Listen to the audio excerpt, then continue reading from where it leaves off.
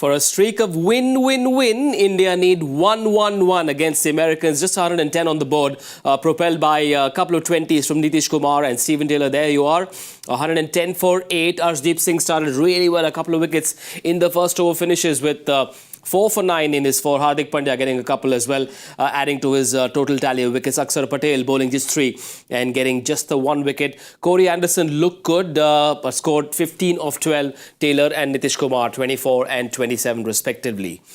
Given the way they started, Zach, 110 a touch too many, I suppose. They were 2 down in the first over. Well, you have to give credit to US batters, how they applied themselves, how they batted. They were confident. You know, we were talking about before the start of the game that whatever we've been hearing in terms of how they are approaching the game, they're approaching in the right way. So far, it's established on this venue that it's not an easy venue for anyone to bat.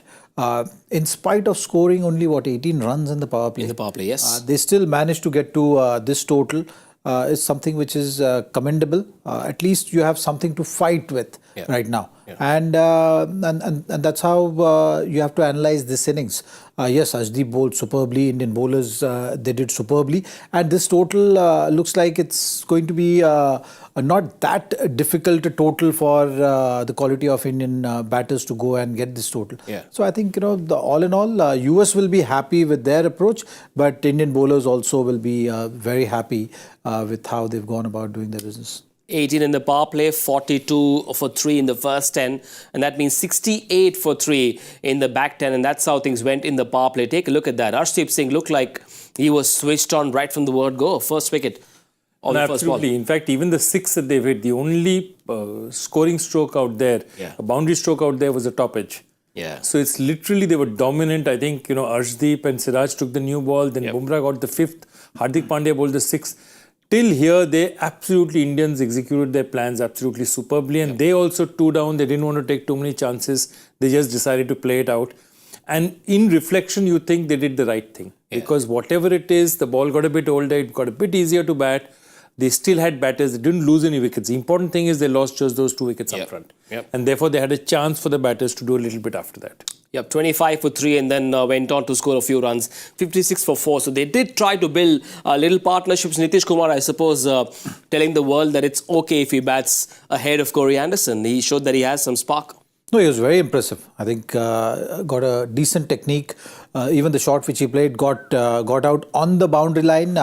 We all felt that he timed it well. It's just the pitch which we've seen that, you know, there's not enough pace off the pitch. At times, playing big shots at that stage is not going to be easy. But he played a good hand. 27 of 23 in those middle overs. Not many batters on this pitch have been able to just come and strike with that strike rate. The Americans, the team and the fans perhaps thinking, if only we had Monank Patel fit today. Yeah, but you know, all these guys have batted well today. I mean, Shaheen Jahangir, unfortunately, you come up front and you get a ball like that first up. What do you do? But you know, Nitish Kumar is an interesting case because Nitish Kumar was a star player for Canada. And somewhere in the last 3-4 years, he has decided to shift, you know, to the United States of America, and he's come out here. So it's a big one for him because it's not that he was guaranteed a place out here. But he definitely felt that this was his chance to do better. And he went out there and he's really proved it because I think he's now carved a place for himself in that middle order. He's clearly one of the most, I felt technically he was very good.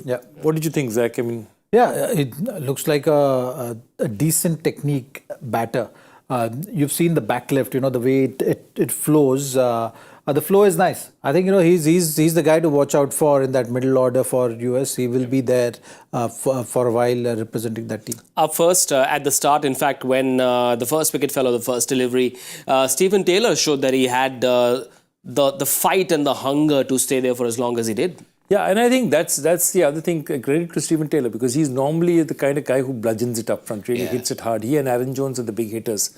But he sort of curbed his instinct and said that the need of the hour is just to stay alive. And I think that's what they did very well. That they built not big partnerships, but 20s and 30s. And they've got themselves to a competitive score. I mean, here people are getting out for 70, 60. They've got themselves to 110 against an Indian team, which is one of the best bowling attacks in the tournament. Corey Anderson as well, contributing 14 of 12 or 4 and a 6. That 4, of course, was off an outside edge. So it's clearly the power play that didn't allow them to get off to a great start. There was no foundation, but then they did recover slowly. Unfortunately, not enough runs coming in the last 5, and that's led them to 110. Now, the one thing that all Indians will be happy about is the continually better form of Arshdeep Singh is getting better with each performance. Yeah, he was superb today. Yeah. Started with a wicket on the first ball, and then after that, he's had a terrific day. Just 9 runs conceded, 4 wickets, 17 dot balls, and that's a staggering number. Yeah. He's had a terrific day out there, no doubt about that. And if he's growing in confidence, it's only going to help this Indian bowling lineup come the crucial games. You want all your bowlers in that kind of a mindset, where you're thinking wickets and you're able to control the game with your control over line and length. Yep. And that consistency from the Indian bowling is very heartening. Conceded 96 something against in that first game against Ireland, just 113 against Pakistan, 110 today. So they keep ticking those boxes, the Indian. Yeah. And I think they've got now an interesting. They are going this. If you notice, they're going 1, 2, 3, 4, Arshdeep. Okay, Arshdeep Siraj rather. Yeah. And then they get Bumrah for an over there, Hardik for an over there, and then they bring in the rest. The only change in the plot list now is Shivam Dube is basically came in for the 9th over and went in for a bit of stick, because I think he was the one who gave them a few runs away. Yeah. But if you look at it, even with Shivam giving away 11 runs in the 9th over, the score was only 40 at the end of the 10 overs. The interesting one is that as we keep watching this scorecard, you keep seeing, and there's no Ravindra Jadeja there, and that's interesting, because that means that on pitches like this, Aksar is their first choice left-arm spinner. Aksar and Dube combining to bowl the 4 overs of the 5th bowler. No Jadeja, what does that tell you about what India are thinking? Also, Bumrah coming into bowl the 5th and the 7th. And he didn't bowl the 9th in the 11th. Should they have done that? Did they miss a trick there? Could they have gone for the kill a little earlier than they did? No, I think you're absolutely fine with rotation of the bowlers. Yeah. Bumrah is someone who you use very sparingly. Yeah. You don't want to use all his 4 overs in that fashion. At no game you will see Bumrah bowling 5, 7, 9, 11. So that is something which it depends on the situation of the game. I think Shivam Dube's over was just an over for him to give that exposure under pressure. Yeah. So Rohit, knowing him, how he thinks about the game, he's going to utilize all these opportunities to his advantage. Yeah. For him to get a gauge of, okay, if the scenario demands, can I have that confidence of throwing the ball to Shivam Dube and say, okay, take 1 over out in this situation scenario, or something happens to any of the bowlers, if someone is injured, exactly. How are you going to deal with it? How are you going to stack up that playing 11? Because World Cup is a sort of a tournament where everything matters in those crucial days. You call it semi-final, you call it finals, or leading up to that, if you have to play that crucial game towards the end of that Super 8 phase. All those things you have to think in your head and know that, okay, how always I'm going to be in control. Yeah. Today, Aksar bowling 3 overs or Jadeja not bowling, you don't have to look too much into it. Yeah. Because the captain taking the call on the day, depending on how the scenario is. Maybe today he was giving more importance to Shivam Dube bowling that 1 over if the situation demanded, and situation was under control. Everything was under control. Even if Shivam Dube's 1 over had gone for runs, it was not that Indian team was going to be completely thrown out of the game. Yeah. So those are the sort of calls which, as a captain, Rohit is taking. So he's just fine-tuning going to the next phase.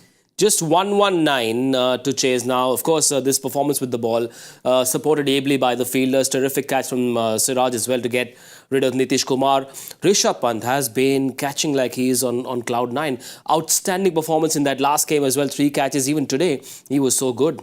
I have a theory. I mean, when he came back, they said that, they'll say that he has to be a keeper and a bat to be, for them to think of him as a World Cup prospect. Yeah.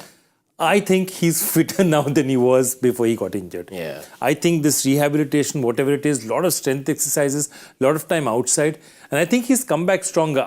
I mean, I honestly find him, he was always a natural keeper, he has always had the reflexes, but I find him physically, I find him stronger and more fit than he was before. Yeah. And he's taken some lovely catches because, you know, it takes a little bit of judgment. Your helmet was there last time, if you remember, how to avoid the helmet. Today also, he took a couple of high catches. Yep. So I think he is showing that he's the complete coach, because in terms of catching and stumping, he's been really good in this tournament. Even before this tournament in the IPL, he was superb. They got Ravi Shastri to give him the fielding medal after that last game against Pakistan.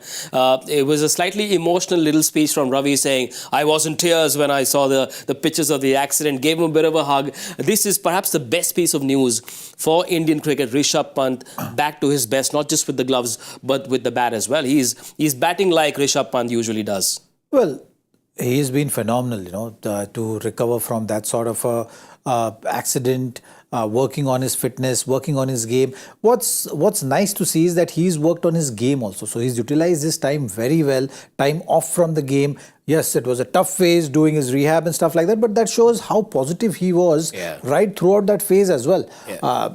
You know, you can easily get frustrated, you can easily get bogged down, you can easily get demoralized through these kind of situations in life. But this is a great example of someone who is not only coming out of it, but coming out of it as a better player. Yeah. You know, he's added things to his game, he's worked on his keeping, and now as the fitness is going to catch on, it's only going to get better for him, and great find in cricket. Simon Dewell called it very early during the IPL. You mentioned it on one of our earlier shows. Rishabh Pant at 3 seems to be a great plan. Yeah, because what happens is, look, how does India bat? You cannot take Rohit and Virat and then not bat them.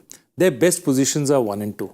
Yeah. If they are batting in 1 and 2, you want a dasher at number 3 who can change the game a bit, who's a bit unorthodox, who can push the pace a bit.